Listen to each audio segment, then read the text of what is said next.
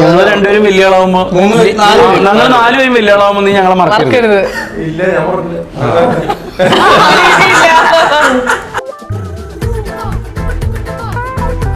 പക്ഷെ ഇതിനകത്ത് എല്ലാ പാട്ടുകളും ഒന്നിനൊന്നും വിളിച്ചതാണ്. പിന്നെ ഇതൊരു തിയേറ്റർ എക്സ്പീരിയൻസ് കൂടെയാണ്. അതിവിടെ പറയുന്ന കാര്യം.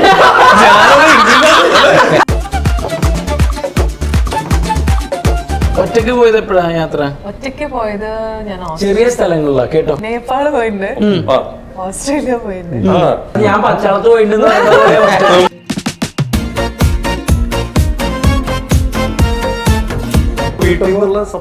വാശി എന്നാലും ഞാൻ കുറച്ച് അതിര് കടന്നൊരു അവസ്ഥയിലായി. ഇടയ്ക്ക് വിളിക്കാം, അമ്മ പൈസ ഇല്ല എന്ന് പറഞ്ഞിട്ടെ. അപ്പൊ അങ്ങനെയൊക്കെ ആയിരുന്നു ഇത്. അവിടുന്ന് മനസ്സിലായി എനിക്ക് ഇതിന്റെ പണിയല്ലാന്ന് മനസ്സിലായിട്ട് തിരിച്ചു വന്നിട്ടാണ് പിന്നെ ഒരു സീൻ ഞാൻ എഴുതട്ടെ. വാശി പിടിച്ച് പോയല്ലോ, അത് കഴിഞ്ഞ് തിരിച്ചു വന്നു.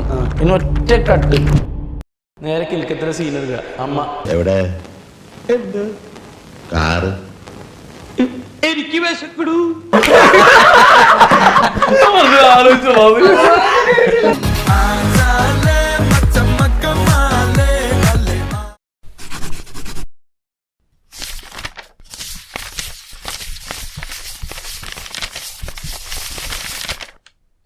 നമസ്കാരം, welcome to Jango Space. It's me Sreenath K Janardhanan.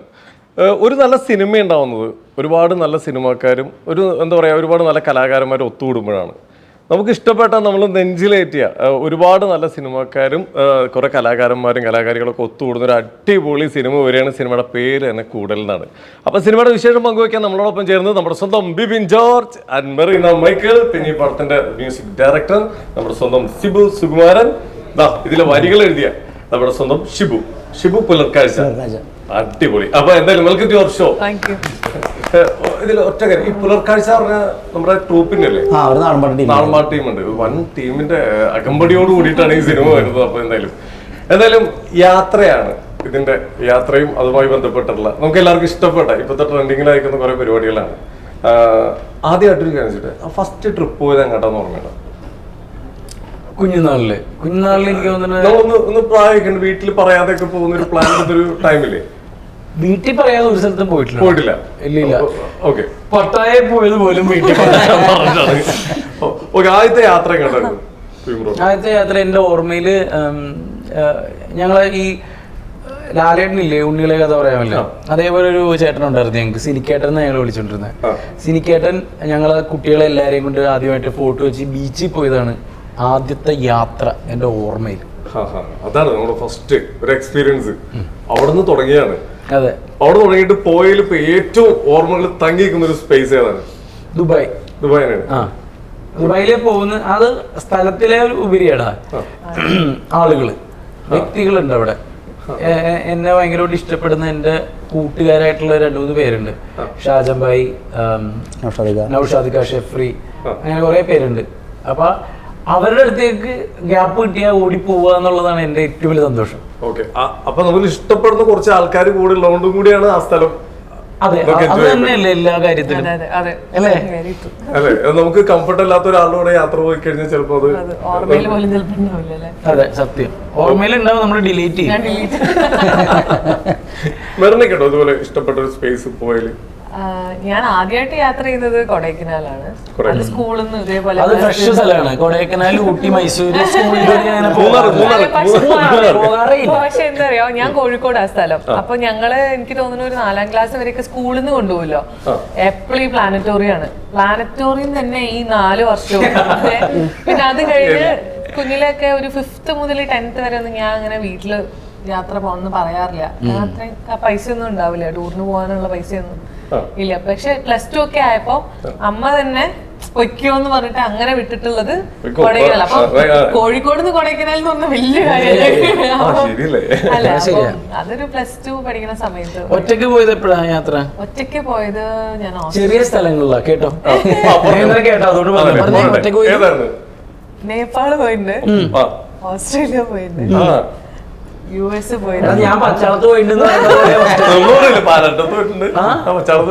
ഓസ്ട്രേലിയയിലേക്ക് ഒറ്റക്ക് അങ്ങനെയല്ല, അത് സോളോ ഇങ്ങനെ പോയിട്ട് കുറെ കാര്യങ്ങൾ ഇങ്ങനെ നമുക്ക് പുതിയ എക്സ്പീരിയൻസുകൾ ഉണ്ടാവുമല്ലോ.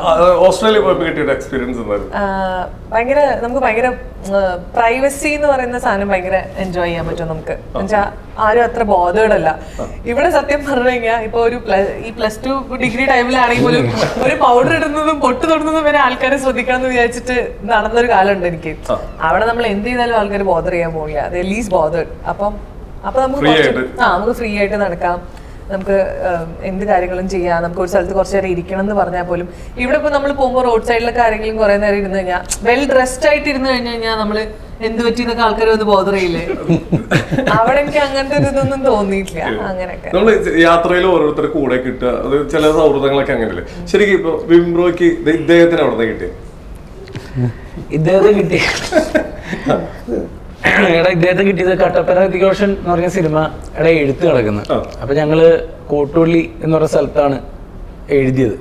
ശരിക്കും കോട്ടുള്ളി അല്ല, ആ സ്ഥലത്തിന്റെ പേരെന്താ കൂനമ്മാവ് തൂശം.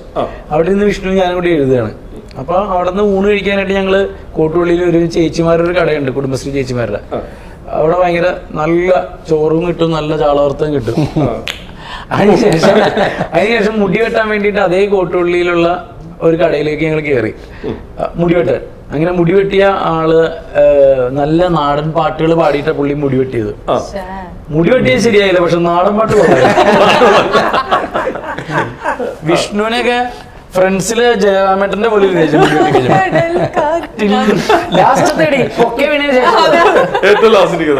അപ്പൊ പക്ഷെ പാട്ട് ഞങ്ങൾക്ക് ഇഷ്ടപ്പെട്ടു. അന്ന് മുതല് കൂടെ കൂട്ടിയ ആളാണ് ഷിബിച്ചേട്ടൻ. പക്ഷെ പാട്ടിലും എഴുത്തിലും നാടൻ പാട്ട് പാടുന്നതിനൊക്കെ ഒരു നമുക്കറിയാലോ, എടാ ഒരു കാലിബറുള്ള ഒരാളെ കാണുമ്പോൾ ഇവന് പണി അറിയാം, ഒരു ഫയർ ഉണ്ടെന്ന് തോന്നിയിട്ട് കൂടെ കൂട്ടിയ ആളാണ്. ഇന്ന് വരെ കൂടെ ഉണ്ട്, എന്റെ സ്വന്തം ചേട്ടനാണ്.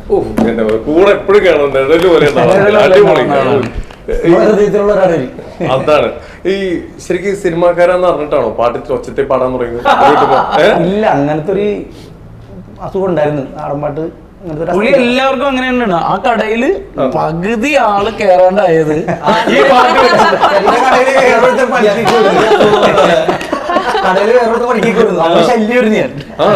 അല്ല, പുള്ളി വേറെ ആളുകളുടെ പാട്ട് മാത്രമല്ല, പുള്ളി തന്നെ എഴുതി പുള്ളി തന്നെ ഉണ്ടാക്കുന്ന പാട്ടുകളാണ് പുള്ളി പാടിക്കൊണ്ടിരുന്നത്. അതല്ലേ? അടിപൊളി. അതേപോലെ തന്നെ ഇദ്ദേഹത്തിന്റെ കഥ എടുത്തു കഴിഞ്ഞു കഴിഞ്ഞാൽ പട്ടിണി വരെ കിടന്നിട്ടുള്ള ആളാണ് പാട്ടിന് വേണ്ടി, ഇല്ലേ? കുറച്ചധികം ആ ഒരു കാലം ഇപ്പൊ നീ പറഞ്ഞതിന്റെ ഓഡിയൻസ് ഇപ്പൊ ലോജിക്കലി നോക്കുമ്പോ ഭയങ്കര പ്രശ്നം തോന്നും. നിങ്ങൾ പട്ടിണി വെല്ലുവിളിച്ചു പോയതാ. കോളേജില് ബിടെക് ഒക്കെ കഴിഞ്ഞ് എഞ്ചിനീയറിംഗ് കഴിഞ്ഞായിരുന്നു. അപ്പൊ ജോലി അവര് ഉദ്ദേശിക്കുന്നത് മറ്റേ എഞ്ചിനീയറിംഗ് ജോബാണല്ലോ ഉദ്ദേശിക്കുന്നത്. നമ്മള് ചെല്ലുന്നത് നേരെ ആലുവ ടൗണിലേക്കാണ്. അവിടെ റൂമൊക്കെ എടുത്ത് ഒരു ചെറിയ 3-4 സപ്ലൈ ഒക്കെ ഉണ്ടായിരുന്നു. അതൊക്കെ ക്ലിയർ ചെയ്യും. അതിൻ്റെ കൂടെ ഈ മ്യൂസിക്കിൻ്റെ വർക്കൊക്കെ ചെയ്യാനോ വിചാരിച്ച് ചെന്നപ്പോൾ വർക്കൊന്നുമില്ല, ചെറിയ ചെറിയ റിംഗ് വർക്കൊക്കെ ഉണ്ടായിരുന്നു. അപ്പോൾ അതിൽ കൂടെ ഇങ്ങനെ ഉപാധി ഇല്ലല്ലോ. ഇങ്ങനെ ഇതിൽ കുറേ ഇടയ്ക്കൊക്കെ പട്ടിണിയാവും, ഇടയ്ക്ക് എന്തെങ്കിലും വാശി വീട്ടിൽ നിന്നല്ല സപ്പോർട്ടൊക്കെ ഉണ്ടായിരുന്നു. അത് ആദ്യം മ്യൂസിക്കിലൊക്കെ സപ്പോർട്ടൊക്കെ ഉണ്ടായിരുന്നു. നമ്മൾ ഗിറ്റാറൊക്കെ എടുത്തിറങ്ങണേനും ഇതിനൊന്നും ഒരു വിഷയമില്ല. എന്നാലും ഞാൻ കുറച്ച് അതിന് കടന്നൊരു അവസ്ഥയിലായി. അപ്പൊ അവർക്ക് ഏകദേശം അമ്മ പറഞ്ഞ് എന്താ ചെയ്യുന്ന പറഞ്ഞിട്ട് എന്തെങ്കിലും അണ മുട്ടുമ്പോ ചേര വിളിക്കുന്ന അമ്മ എനിക്ക് വിളിക്കാം, അമ്മ പൈസ ഇല്ല എന്ന് പറഞ്ഞിട്ടെ. അപ്പൊ അങ്ങനെയൊക്കെ ആയിരുന്നു ഇത്. പിന്നെ ഞാനൊരു സീൻ ആഡ് ചെയ്തോട്ടെ. എന്നിട്ട് ഞാൻ ജോലിക്ക് പോയിട്ടോ ഗുജറാത്തില്. അവിടുന്ന് മനസ്സിലായി എനിക്ക് ഇതിന്റെ പണിയല്ലാന്ന് മനസ്സിലായിട്ട് തിരിച്ചു വന്നിട്ടാണ് പിന്നെ ഒരു സീൻ ഞാൻ ആഡ് ചെയ്തോട്ടെ. വാശി പിടിച്ച് പോയല്ലോ, അത് കഴിഞ്ഞ് തിരിച്ചു വന്നു. ഇനി ഒറ്റ കട്ട് നേരെ കിൽക്കത്തിലെ സീൻ എടുക്കുക. അമ്മ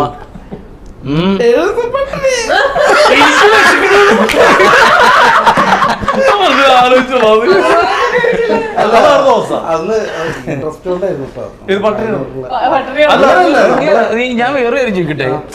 ഇപ്പൊ നമ്മുടെ മിമിക്രി ഉണ്ടായിരുന്നു, പരിപാടികൾ ഉണ്ടായിരുന്നു. നമുക്കത് ചെയ്ത് നമ്മൾ നോക്കുന്നത് നിങ്ങൾ നല്ലതാണെന്ന് പറയുന്നതൊക്കെ ഉണ്ട്. ഒരു മ്യൂസിക് ഡയറക്ടർ നിങ്ങളുടെ സംഗീതം വെച്ചിട്ട് നിങ്ങൾക്കിത് മ്യൂസിക് ചെയ്യാമെന്നും അല്ലെങ്കിൽ ഒരു ഹിറ്റ് പാട്ട് ചെയ്യാം, ആ ഒരു കോൺഫിഡൻസ് എവിടെ നിന്നാണ് നിങ്ങൾ ഈ വാശി കാണിക്കാണ്ട് ഉപയോഗിച്ചത്? എടുത്തത് എങ്ങനെയാ? അങ്ങനല്ല, പ്രസന്റ് ചെയ്യണ്ടേ നമുക്ക്? ആ അത് ആരുടെ അടുത്ത് കാണിക്കും? അല്ല അതല്ല ചെയ്തപ്പോ നന്നായി പോണ. അല്ല ഞാൻ ചോദിച്ചത് അതൊരു ഒരു വിശ്വാസം നിങ്ങൾക്ക് ഏത് പാട്ട് ചെയ്തപ്പോഴാണ്? മ്യൂസിക് ഡയറക്ടറാണെന്ന് വിചാരിക്കും ഫസ്റ്റ് അല്ലേ? ഒരു മ്യൂസിക് ഡയറക്ടറാണ് ഫസ്റ്റ് ചെല്ലുമ്പോ എങ്ങനെയായിരിക്കും സംസാരിക്കുക? മ്യൂസിക് ഡയറക്ടർ ഞാൻ ഡയറക്ടർ ഒരു നല്ല പാട്ടുകാരനല്ലേ പറയാ. അല്ല എനിക്കെന്താ വെച്ചാല് ഞാനൊരു ഓഡിയൻസ് ആയിട്ടാ നിൽക്കുക. എപ്പോഴും ഒരു പാട്ട് ഉണ്ടാക്കുമ്പോൾ എനിക്ക് തന്നെ ഇഷ്ടപ്പെടണം. എനിക്ക് തന്നെ ഇഷ്ടപ്പെട്ടാലേ നമ്മൾ അതിന് അടുത്ത ഇപ്പൊ വേറെ ആൾക്ക് കുറെ ആൾക്കാർക്ക് പെൻഡിങ് വർക്ക് കൊടുക്കാണ്ട് ഇപ്പോഴും കേട്ടോ. സോറി എല്ലാവരും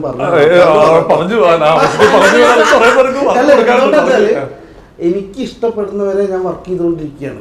അതിനുള്ള സമയം പലരും തരാറുണ്ട് കേട്ടോ. അതിനുള്ള സമയം തരും. നമുക്ക് ഇഷ്ടപ്പെടുന്നവരെ എത്ര ഇഷ്ടപ്പെടുന്നു അതുവരെ വർക്ക് ചെയ്തുകൊണ്ടിരിക്കുക. അതാണ് നമ്മുടെ ഒരു എനിക്ക് അങ്ങനത്തെ ഒരു എന്തായാലും നോക്ക് ഫസ്റ്റ് തന്നെ ഇദ്ദേഹത്തിന്റെ ചെയ്തേക്കുന്നല്ലേ ഇപ്പൊ ആത്മാവിന് കൊടുത്തൊരു പാട്ട് ഒക്കെ ചെയ്തിട്ടുണ്ട്. ആ ആത്മാവില് പറഞ്ഞ പാട്ട് തന്നെ എന്നിട്ട് ഒരു രണ്ടുപേരും ഒന്ന് അത് സജീറിന് ചെയ്തവർക്ക്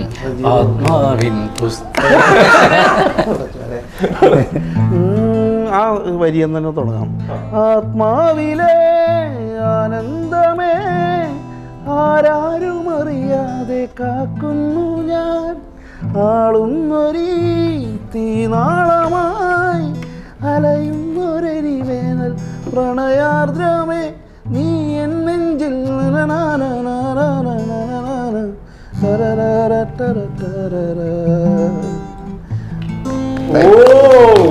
ചേട്ടാ ഈ ശ്വാസം മുട്ടിച്ച് കൊല്ലണ പാട്ടല്ലാതെ ഏതെങ്കിലും മര്യാദക്കുള്ള പാട്ട് എന്താണ്? അന്തിമുല്ല ഇങ്ങനെ തന്നെയായിരുന്നു. അന്തിമുല്ല നമ്മള് പുള്ളി എന്നെ പഠിപ്പിച്ചു വരുമ്പോ ഞാൻ അവിടെ ചെന്നിട്ട് പാടിയത് അന്തിമുല്ല പൂത്തേരാവിൻ ചന്തമേറയല്ലേ മെല്ലെയൊന്ന് പുൽകാൻ വണ്ടായി. ഇതായിരുന്നു സാധനം. ഇതിങ്ങനെയാണ് ഞാൻ പാടിയത്. പക്ഷെ പുള്ളി ആഗ്രഹിച്ച് ഒന്ന് പാടി അന്തിമുല്ല പൂത്തേരാവിൻ ചന്തമേറയല്ലേ മെല്ലെയൊന്ന് പുൽകാൻ വണ്ടായി ചാരെ വന്നിടില്ലേ. എനിക്ക്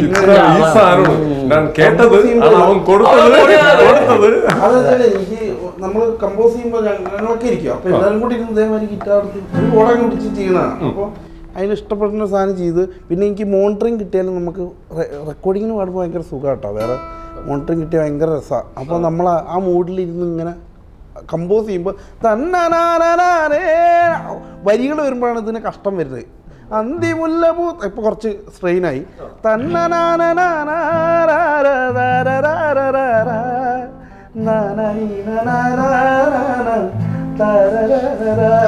ഇതേപോലെ തന്നെ നമ്മുടെ ശരത് സാർ ഇങ്ങനെയുള്ള ശരത് സാറിന്റെ പാട്ടുകൾ ദാസേട്ടിന് മാത്രം പാടാൻ വേണ്ടി ഉണ്ടാക്കിയ പാട്ടുകളാണല്ലോ. ബാക്കിയൊരു മനുഷ്യൻ ബാത്റൂമിൽ പോലും മൂളി പാടരുത് അതേപോലത്തെ പാട്ടുകളാണ്. ആ മറ്റേ അതിൽ തന്നെ എത്രയോ 8 പ്ലാന 15 പ്ലാനൊക്കെ കുത്തി കയറ്റി വെച്ചിട്ട് ഞാൻ ശ്രമിക്കും കൂടിയില്ല പാട്ടൊന്നും പാടാൻ. എന്തായാലും അവസാനം ഉടമ്പടി എത്തിയില്ലേ? അതാണ് എന്തായാലും ഒരുപാട് എന്താ പറയാ ഒരുപാട് വഴികളൊക്കെ സഞ്ചരിച്ച് കുറെ അനുഭവങ്ങളൊക്കെ അനുഭവിച്ചിട്ടുണ്ടെന്നൊക്കെ അറിയാം. പക്ഷെ അവസാനം ഫൈനലി എത്തേണ്ടവരുടെ അടുത്ത് തന്നെ എത്തിച്ചേർന്നിട്ടുണ്ട്.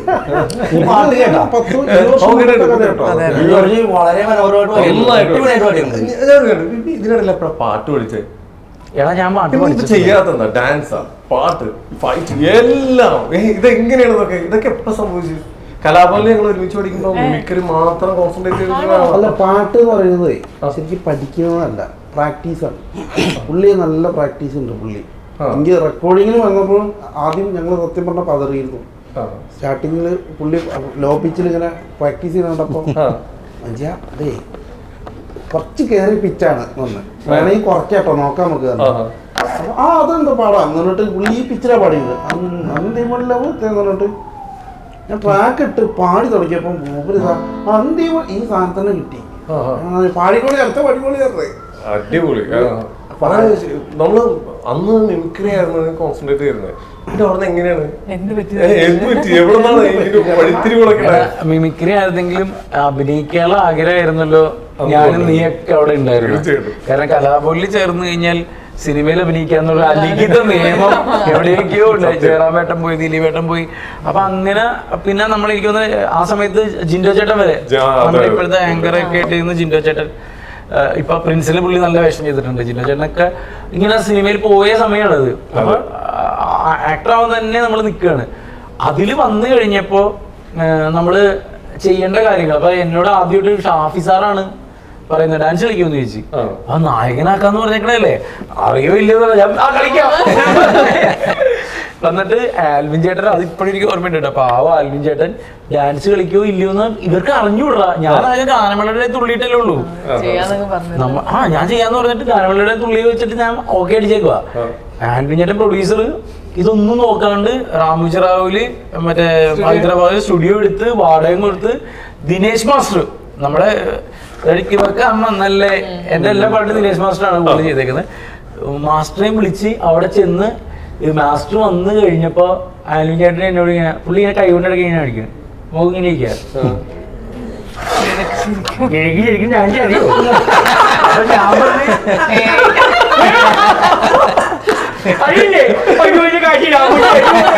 പറഞ്ഞു അവിടെ നിന്ന് തുടങ്ങിയതാണ്, ഹാരി ഹാരി എന്നുള്ളതിൽ തുടങ്ങിയതാ. സത്യസന്ധമായിട്ട് പറഞ്ഞ ഈ നടനാവാൻ നായകനാവാൻ വേണ്ടി ചെയ്ത പരിപാടികളാണ് ഇതെല്ലാം. അവിടെ ഞാൻ അത് ബാക്കിയൊക്കെ എനിക്ക് കിട്ടിയ ബോണസാണ്. ഈ ഇതിന് വേണ്ടിയിട്ടുള്ള അതിനുവേണ്ടി കുറച്ച് സ്ട്രെയിൻ ചെയ്യുന്നു. ഇപ്പൊ നോർമലി ഒരു എനിക്ക് ഇപ്പോഴും ഓർമ്മയുണ്ട്, ബോംബ് കഥ നടക്കുമ്പോ ആ ഫസ്റ്റ്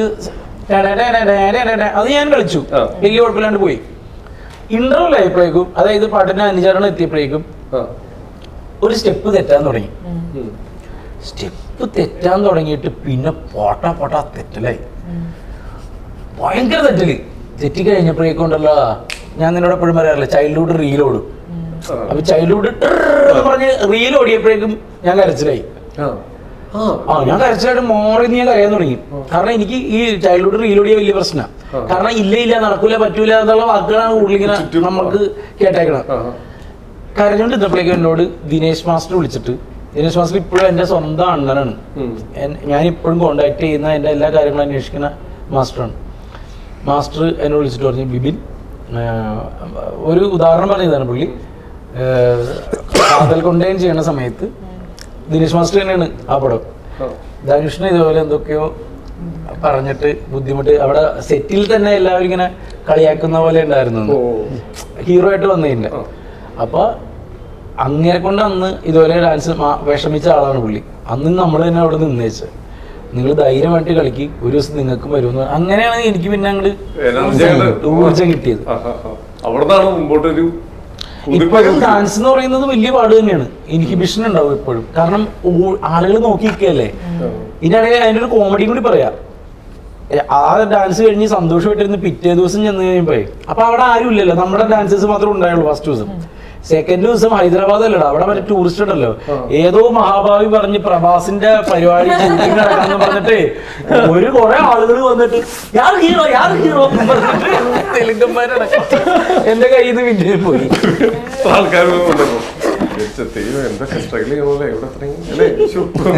ഇതാണ് ഞാൻ ആവാത്ത. പിന്നെ അതുപോലെ തന്നെ എങ്ങനെയുണ്ട് നമ്മുടെ ടീം? കൂടുതലേക്ക് നല്ല കൂടുതലായിരുന്നു, നല്ലൊരു ഒത്തുകൂടലായിരുന്നു. ശരിക്കും ബിബിയുടെ നമ്മൾ പറഞ്ഞു എവിടെ തന്നെ ഇടയ്ക്കിടയ്ക്ക് ഒരു മ്യൂസിക് തന്നെ വന്ന് വീണത്. ഇവിടെ ചെയ്തേക്കുന്ന വർക്കുകളൊക്കെ നോക്കണെങ്കിൽ കൂടെ വർക്ക് ചെയ്യുന്നവരൊക്കെ ഒരു വൺ വൈബ് ടീമാണ്. എവിടെയും നമ്മളെ താഴ്ത്തിരുത്തൂല, അങ്ങനെ ഫുൾ ഓൺ ആയിട്ടുള്ള ടീമാണ്. ഒരു സെറ്റിൽ ചെറിയ എന്താ പറയാ, ഒരു ചെറിയൊരു കാര്യത്തിന് വന്ന ആള് തൊട്ട് എല്ലാവരും ആ ഒരു ടീമിലേക്കാണ് ഒന്ന് ജോയിൻ ചെയ്തത്. എങ്ങനെയുണ്ടായിരുന്നു? സ്ഥലത്താണ് നമുക്ക് വേണ്ടി കോമഡി പാട്ടുകൾ വരും, സിറ്റുവേഷൻ ട്രോളുകൾ എല്ലാം ഉണ്ടോ? നിങ്ങൾ ഒരുമിച്ച് ഒരു ഇൻസ്റ്റിറ്റ്യൂട്ടിൽ പഠിച്ചോണ്ട് ഏകദേശം എന്നെ ഞാൻ മുമ്പും ഇന്റർവ്യൂല് പറഞ്ഞു, ഞങ്ങൾ അമർ അക്ബർ ആന്റണിയിൽ ഒരു സീൻ ചെയ്തിട്ടുണ്ട്, പക്ഷെ അന്ന് ഇത്രയും പരിചയമില്ല ബിബിയായിട്ട്. അപ്പം നമുക്ക് ഓരോ ആൾക്കാരെ പറ്റിയിട്ട് ഓരോ എന്താ പറയാ, നമ്മള് പ്രീ നോഷൻസ് എന്താ ഇതിന് പറയുന്നത്, നമ്മളിങ്ങനെ മനസ്സിൽ ഓരോ കാര്യങ്ങൾ വിചാരിക്കും, ജഡ്ജ്മെന്റ് എന്ന് തന്നെ പറയാതെ. അപ്പൊ ഞാൻ സത്യത്തിൽ വിചാരിച്ചത് ജനുവലി സ്പീക്കിംഗ് എനിക്ക് നിനക്ക് തന്നെ വലിയ താല്പര്യമില്ല. അങ്ങനെ നമ്മൾ ചിന്തിക്കില്ലോ, ചില ആൾക്കാർക്ക് അങ്ങനെ ആയിരിക്കും നമ്മളോട്. അധികം ഇന്ററാക്ട് ചെയ്തിട്ടില്ല. പിന്നെ ഞാൻ വിചാരിച്ചു ഭയങ്കര സീരിയസ് ആയിരിക്കും എന്നൊക്കെ വിചാരിച്ചു. പക്ഷെ എനിക്ക് അങ്ങനെ ഒരു ഇമേജ് ഒരു കാര്യമില്ലാണ്ട് എനിക്കിപ്പോ തോന്നുന്നു ഈ ബമ്പർച്ചിരി വന്നപ്പോഴാണ് എല്ലാരും എന്നെ ഇത്ര ഉള്ളൂല്ലോ ഇവ എന്തേ പൊട്ടറപ്പള്ളി ചിരിക്കണേ. അല്ല സീരിയസ്ലി അതിനു മുമ്പ് അത് വിഷ്ണുവിനെ എന്നെ ഇവിടെ കമ്പയർ ചെയ്യുന്നോണ്ടാ. വിഷ്ണു ഭയങ്കര പാവമുള്ള. അപ്പൊ എന്നെ അത് വെച്ച് നോക്കുമ്പോ ഞാൻ ഇങ്ങനെ നടക്കണ് വർത്താനം പറയണം. അപ്പൊ എന്നെ ലുക്ക് വൈസ് പറയുമായിരുന്നു. അല്ലാതെ ജാടയുടെ മാത്രല്ല, അപ്പൊ ഞാൻ ആലോചിക്കണേ ടുവേർഡ്സ് എന്നോടുള്ളൊരു ഇതുണ്ടാവല്ലോ, നമുക്ക് അങ്ങനെയാണല്ലോ. അപ്പം അങ്ങനെ ഞാൻ വിചാരിച്ചുകൊണ്ടിരുന്നത്. പിന്നെ ഞങ്ങൾക്ക് കോമൺ മ്യൂച്വൽ ഫ്രണ്ട്സ് ഒക്കെ ഉണ്ട്. പക്ഷെ പിപ്പിനൊന്നും അങ്ങനെ ഒരു സബ്ജക്റ്റ് ആയിട്ട് നമ്മൾ അങ്ങനെ ഡിസ്കഷനിലോ അല്ലെങ്കിൽ അങ്ങനെ ഒന്നും വന്നിട്ടില്ല അതുവരെ. അപ്പോ വന്നു. അപ്പൊ എന്റെ മനസ്സിൽ മൊത്തം എങ്ങനെ ദൈവം വർക്ക് ചെയ്യുമ്പോ എങ്ങനെയായിരിക്കും, എന്തായിരിക്കും, എനിക്കത് ഉണ്ടായിരുന്നുള്ളൂ അന്ന് ഉള്ളില്. ഇവര് ചോദിച്ചു ബിബിൻ എന്ത് പറഞ്ഞു എന്നെ ഹീറോയിൻ ആക്കിയപ്പോ ഞാൻ എന്ത് പറയാനാ. അത് നമ്മൾ അങ്ങനെയൊക്കെ ചിന്തിക്കുമല്ലോ. അപ്പൊ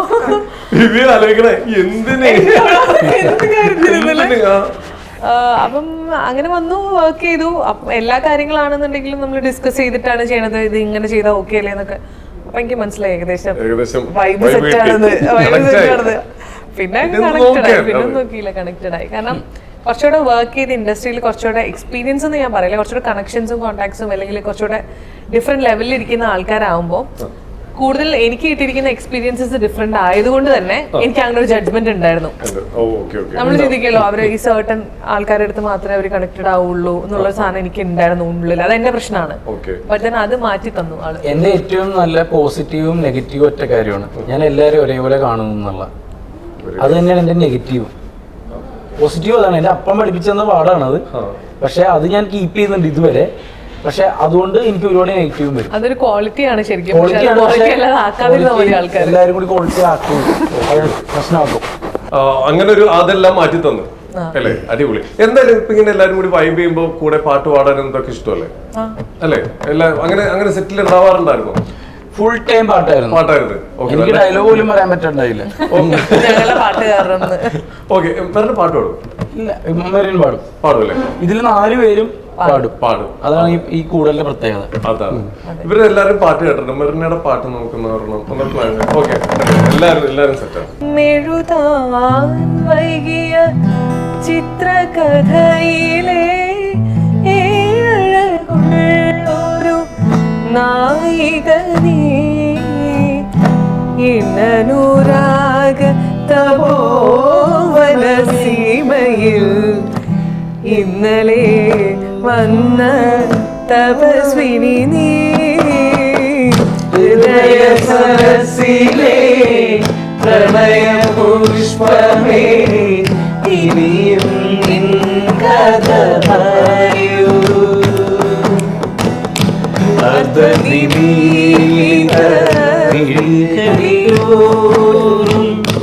അശ്രുബിന്ദുവിൻ സ്വപ്നബിന്ദുവോ ഹൃദയ സരസിലെ പ്രണയ പുഷ്പമേ ഇനിയും നിൻ കഥ പറയൂ, നീ പറയൂ.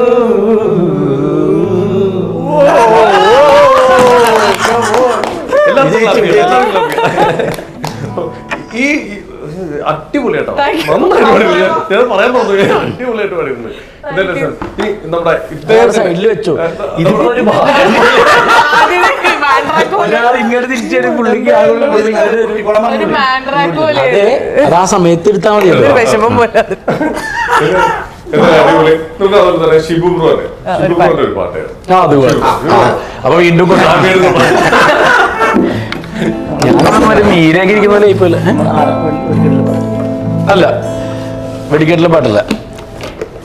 ഞാനെപ്പോഴും പുള്ളി നാടൻ പാട്ടാണ് പാടുന്നത്. ഞങ്ങൾ രണ്ടും കൂടി ഒരുപാട് പാടി, ഒരുപാട് റീൽസും പോയതുകൊണ്ട് തൂമഞ്ഞ് എനിക്ക് പുള്ളിയുടെ സ്റ്റൈൽ ഇഷ്ടം. അതൊന്നുമില്ല, നന്നായി പാടിക്കും. ഞാൻ പറഞ്ഞ മാതിരിയൊക്കെ തെറ്റ്. നല്ല രസമായിട്ട് പുള്ളിയുടെ ഒരു ശൈലി എനിക്ക് ഭയങ്കര ഇഷ്ടമാണ്.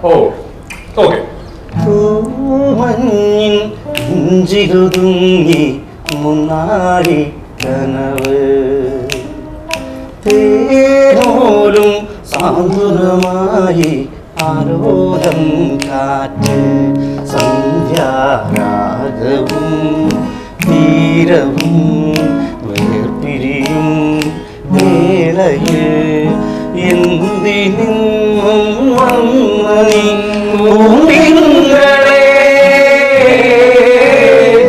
തൂമഞ്ഞിൻ നെഞ്ചിലൊതുങ്ങി മുന്നാടി കനവ്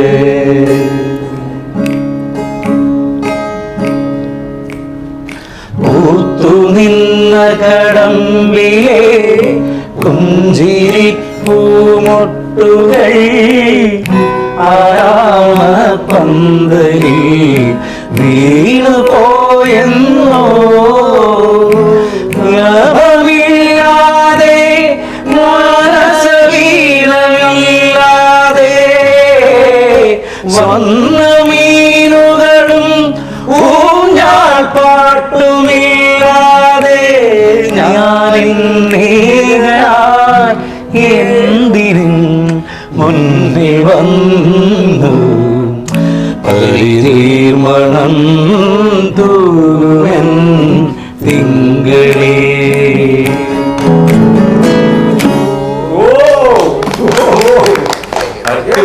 ശരിക്കും ഈ പാട്ടുകളൊക്കെ കേൾക്കുന്ന പോലെ നല്ല ഫീൽ ഗുഡ് ആയിട്ടാണ് ഈ സിനിമയുടെ കഥയിൽ പോകുന്നത്. അല്ല അങ്ങനെ ഫീൽ ഗുഡ് അടിച്ചിട്ട് OTT വരുമ്പോ കാണാൻ പറയല്ലേ?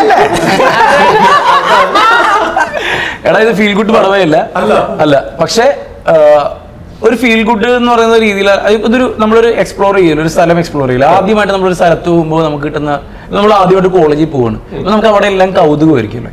അതേപോലെ അട്ടപ്പാടി എന്ന് പറഞ്ഞൊരു സ്ഥലത്ത് ആദ്യമായിട്ട് കുറെ ക്യാമ്പിങ്, അതായത് സ്ട്രേഞ്ചേഴ്സ് ആയ ആളുകൾ ഒത്തുകൂടുന്ന ഒരു കഥയാണ്. അവിടെ വന്നു, ഈ പറയുന്ന അട്ടപ്പാടി ആസ്വദിച്ചു, അതിലൂടെ ഇങ്ങനെ പോയി, ഇവരുടെ സൗഹൃദങ്ങളിലൂടെ പോയി, അവിടെ ആ ക്യാമ്പ് നടത്തുന്ന ആളാണ് ഞാൻ. അത് കഴിഞ്ഞിട്ട് എങ്ങോട്ടാണ് പോക്കുന്നുള്ളത് ഒരു ത്രില്ലർ മോഡിലേക്ക് കഥ കയറും. അങ്ങനെയാണ് കഥ. ആക്ച്വലി തിയേറ്റർ എക്സ്പീരിയൻസ് ചെയ്യേണ്ട ഹെവി ഹൈലി എന്റർടൈനർ ആണ് കൂടുതൽ. ഇത്തിരി കൂടി പോയെന്നാലും പക്ഷെ ഇതിനകത്ത് എല്ലാ പാട്ടുകളും ഒന്നിനൊന്നും വിളിച്ചതാണ്. പിന്നെ തിയേറ്റർ എക്സ്പീരിയൻസ് കൂടെയാണ്. അതിവിടെ പറയുന്ന കാര്യം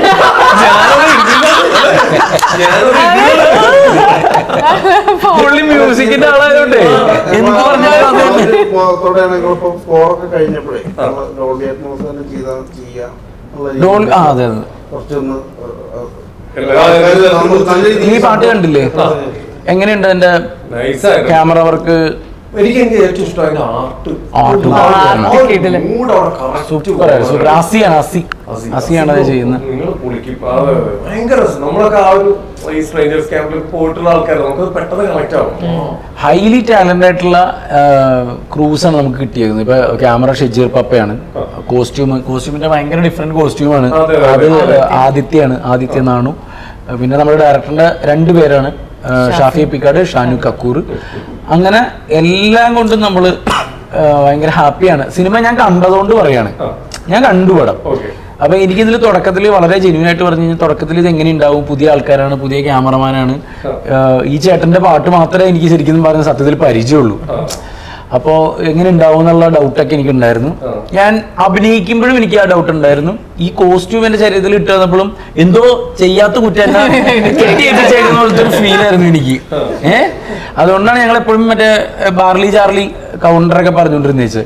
പക്ഷെ സിനിമ കണ്ടു കഴിഞ്ഞപ്പോഴേക്കും ഇദ്ദേഹത്തിന്റെ RR വർക്കും സിനിമാറ്റോഗ്രാഫിയും എഡിറ്റർ, അത് നമ്മുടെ എഡിറ്റർ ജർഷാദ് സ്പോട്ടിൽ അവിടെ ഉണ്ടായിരുന്ന ആളാണ്. പുള്ളി തന്നെയാണ് കട്ട് ചെയ്തത്. അപ്പൊ പുള്ളി ഒരുപാട് പല വേർഷൻസ് കട്ട് ചെയ്തിട്ടാണ്.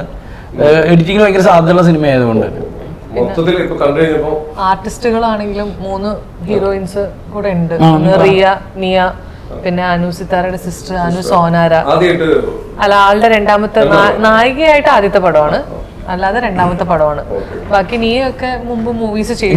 19ാം നൂറ്റാണ്ട് ഇപ്പൊ 9 months കുഞ്ഞുട്ടലുണ്ട്. ശരിക്കും ഇപ്പോ പറഞ്ഞ കോയമ്പത്തൂർ ആ ഒരു ഏരിയയിലുള്ള നിങ്ങൾ അട്ടപ്പാടിയിലേക്ക് ഉണ്ടായിരുന്നു ജോയിൻ ചെയ്തിട്ടുണ്ട്? എന്റെ ക്യാരക്ടർ ഉണ്ടായിരുന്നു, ഞാൻ അധികം ഉണ്ടായിട്ടില്ല. ശരിക്കും ഇതിന്റെ ഷൂട്ട് തുടങ്ങിയ ആ ടൈം തൊട്ടിട്ട് പല പല റീൽസുകളൊക്കെ വരുന്നുണ്ട്. KSRTC ദിവസവും മറ്റേ കാട്ടിക്കൂടി പോകുന്നു, ജീപ്പ് ഓടിക്കാൻ എല്ലാം ഇങ്ങനെ കുറെ വന്നിട്ടുണ്ടായിരുന്നു. ഒരു നല്ല എക്സ്പീരിയൻസ് ആയിരുന്നില്ല അത് കാടിന്റെ അകത്ത്? എനിക്ക് ആക്ച്വലി ജീപ്പ് ഓടിക്കല് എന്നെ കൊണ്ട് പ്രാക്ടിക്കലി അത് ഓട്ടോമാറ്റിക് ആണെങ്കിലും ഓടിക്കാൻ പറ്റുള്ളൂ എനിക്ക്. പക്ഷെ അവിടെ ഉണ്ടായിരുന്ന എൻ്റെ ക്യാരക്ടർ ഡിമാൻഡ് ചെയ്തത് അങ്ങനെ ഓട്ടോമാറ്റിക് വണ്ടി അല്ലായിരുന്നു. അപ്പൊ മാനുവൽ തന്നെയായിരുന്നു. അപ്പൊ എനിക്ക് ഇതിന് ഓടിക്കാൻ പാടായിരുന്നു. പക്ഷെ അത് ഇവരുടെ ഡയറക്ടേഴ്സിന്റെ ഒരു ബ്രില്യൻസ് കാരണം എനിക്ക് അത് ഓടിച്ച രീതിയിൽ തന്നെ ഫീലിൽ ഇപ്പൊ പടം വന്നിട്ടുണ്ട്. അവിടെ ഏറ്റവും കൂടുതൽ നമ്മൾ ഫേസ് ചെയ്യുന്ന ക്ലൈമറ്റ് ഒക്കെ എങ്ങനെയായിരുന്നു? ക്ലൈമറ്റ് അട്ടപ്പാടി എന്ന് പറഞ്ഞ ഏറ്റവും വലിയ പ്രത്യേകത, ഒറ്റ നിമിഷം കൊണ്ട് മഴ പെയ്യും, സ്റ്റക്ക് എന്ന് പറഞ്ഞ് വെയിലാവും, പെട്ടെന്ന് മഞ്ഞ് പെയ്യും. എക്സ്ട്രീം ആണെന്ന് കേട്ടിട്ടുണ്ട്. എൻജോയ് ചെയ്യാൻ പറ്റില്ല. അട്ട ഉണ്ടായിട്ടുണ്ടാവും, പക്ഷെ എന്നെ കടിച്ചിട്ടില്ല. ഞാനില്ലാത്തോണ്ട് എനിക്കറിയില്ല. ടെക്നീഷ്യന്മാരായിരിക്കും കടിച്ചിട്ടുണ്ടാവും. പാവങ്ങൾ നല്ല കടിച്ചിട്ടുണ്ടാവും. കോടയായിരുന്നു അല്ലേ? അതല്ലേ, വന്നപ്പോ നല്ല രസമായിരുന്നു. ഇത് പെട്ടെന്ന് മാറുമെന്നേ. ഇത് ശരിക്കും നമ്മൾ ഏത് ഓഡിയൻസ് ആണ്? ശരിക്കും എല്ലാ ഓഡിയൻസിനും ഫാമിലി ഓഡിയൻസ് എന്ന് പറഞ്ഞാലുള്ള നമ്മളെപ്പോഴും ഫാമിലി, യൂത്ത് എന്നൊക്കെ പറഞ്ഞ സെക്ഷൻ തിരിച്ചു പറയുമെങ്കിലും ഫാമിലി ഓഡിയൻസ് എന്ന് പറഞ്ഞാൽ ആരാണ്? മുതിർന്ന ആളുകൾ മുതൽ കുഞ്ഞു കൊച്ചു എല്ലാ കാറ്റഗറിയും. അതാണ് എന്റെ വാക്ക്. ലാലി ചേച്ചി, വിനീത് തട്ടൽ, അങ്ങനെയുള്ള ആർട്ടിസ്റ്റുകളും കൂടെ ഉണ്ട്. അപ്പൊ യൂട്യൂബേഴ്സ്, ബ്ലോഗേഴ്സ് എല്ലാവരും കൂടി കൂടിയിട്ടുള്ള ഒരു വൻ സംഭവം തന്നെയാണ് നമ്മൾ വരാൻ പോകുന്നത്. ഇപ്പൊ ഇതുവരെ ചെയ്ത വന്ന വർക്കുകൾ വെച്ച് നോക്കുമ്പോൾ ഒരു ഓഡിയൻസിനെ സംബന്ധിച്ചിടത്തോളം ഇതിലൊരു പ്രത്യേകതയായിട്ട് എന്താണ് ഫീൽ ചെയ്യാറുള്ളത്?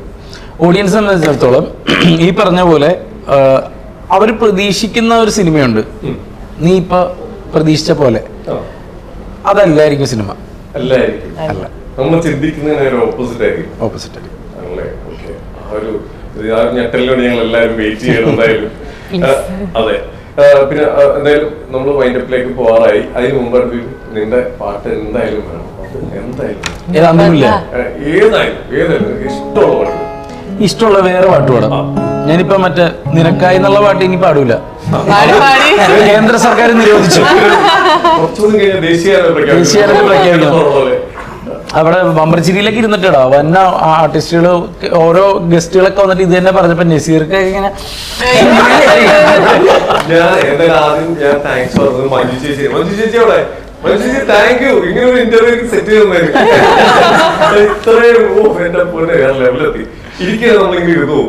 എന്തായാലും ഒരുപാട് നല്ല വിശേഷങ്ങളൊക്കെ ആയിട്ട് നമ്മള് വലിയ ഞങ്ങൾ രണ്ടുപേരും വലിയ ആളാവുമ്പോ, ഞങ്ങൾ 4 പേരും വലിയ ആളാവുമ്പോ നീ ഞങ്ങളെ മറക്കരുത്. ഇല്ല, ഞാൻ പറഞ്ഞില്ല. ഞാൻ വലിയ ആളായ എന്നെ ഓർക്കോ? എടാ ശരിക്കും തിരിച്ചാണല്ലോ ചോദിക്കണ്ടത്. നീ വലിയ ആളാവുമ്പോ എന്നെ മറക്കോന്നല്ല ചോദിക്കണ്ടത്. തിരിച്ചാ. എടാ പടത്തിന്റെ റിലീസ് ഡേറ്റ് ജൂൺ 20 തിയേറ്ററിൽ തന്നെ പോയി കാണണം. ഉറപ്പായിട്ടും ഇതെല്ലാവരും കണ്ടുകൊണ്ടിരിക്കുന്ന എല്ലാവരും തിയേറ്ററിൽ തന്നെ കാണണം. എന്തായാലും അതെ, തിയേറ്റർ എക്സ്പീരിയൻസ് ഈ പറഞ്ഞത് വെച്ച് നോക്കുമ്പോൾ തിയേറ്ററിൽ തന്നെ കാണേണ്ട ഒരു മൂവിയാണ്. ആരും OTT-ൽ കാണാൻ വെയിറ്റ് ചെയ്തിരിക്കുന്നത്, തിയേറ്ററിൽ തന്നെ കാണണം. അപ്പോൾ എന്തായാലും എല്ലാവർക്കും ഒരുപാട് ആശംസകൾ. നിങ്ങളുടെ എല്ലാവരുടെയും ഒരു ഉഗ്രൻ ടീം വർക്കാണെന്നറിയാം. അപ്പോൾ ഞാൻ എപ്പോഴും പറഞ്ഞല്ലേ, ഇത് പടത്തിന്റെ സക്സസ് പാർട്ടിക്ക് നമ്മൾ ഇനി വീണ്ടും കാണുന്നതായിരിക്കും. ഭയങ്കര ഓക്കെ, താങ്ക് യു.